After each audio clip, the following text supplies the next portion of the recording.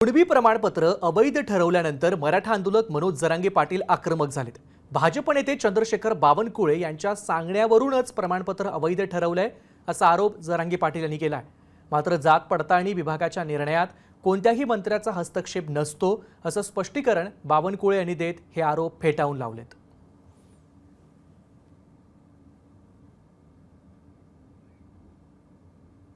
रद्द केलं काय कारण? 15 लाख रुपये पाहिजे होते का? करा त्याची नार्को टेस्ट म्हणलाय का नाही? तो फोनवर नाही ना म्हणला, प्रत्यक्ष येऊन भेटा। आम्हाला माहित नव्हतं तुम्ही बावनकुळ्याच्या हाताने आमच्यात कंट्रोल करता आणि तुम्ही एक बावनकुळ्या संपले जाण। मी 15-20 तरी आमदार पाडीन तुमचे एकट्या बावनकुळ्यासाठी। तुम्ही जर एकट्या बावनकुळ्याला जर एवढे पावर दिले ना प्रमाणपत्र मराठीचे रद्द करायचे, ते तुमचा बावनकुळ्यासाठी 25-30 तर सहज भरगडीन मी।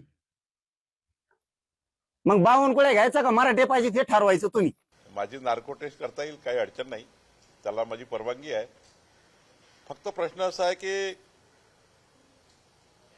जे जात पडताळणी जो एक विभाग आहे हा अर्धनैतिक आहे, क्वासी ज्युडिशियरी आहे, त्याच्यामध्ये आम्हाला हस्तक्षेप करता येत नाही शासनाला। म्हणजे जात पडताळणी निर्णय दिला तो काय अंतिम निर्णय नसतो, त्याला उच्च न्यायालयाची मुभा आहे।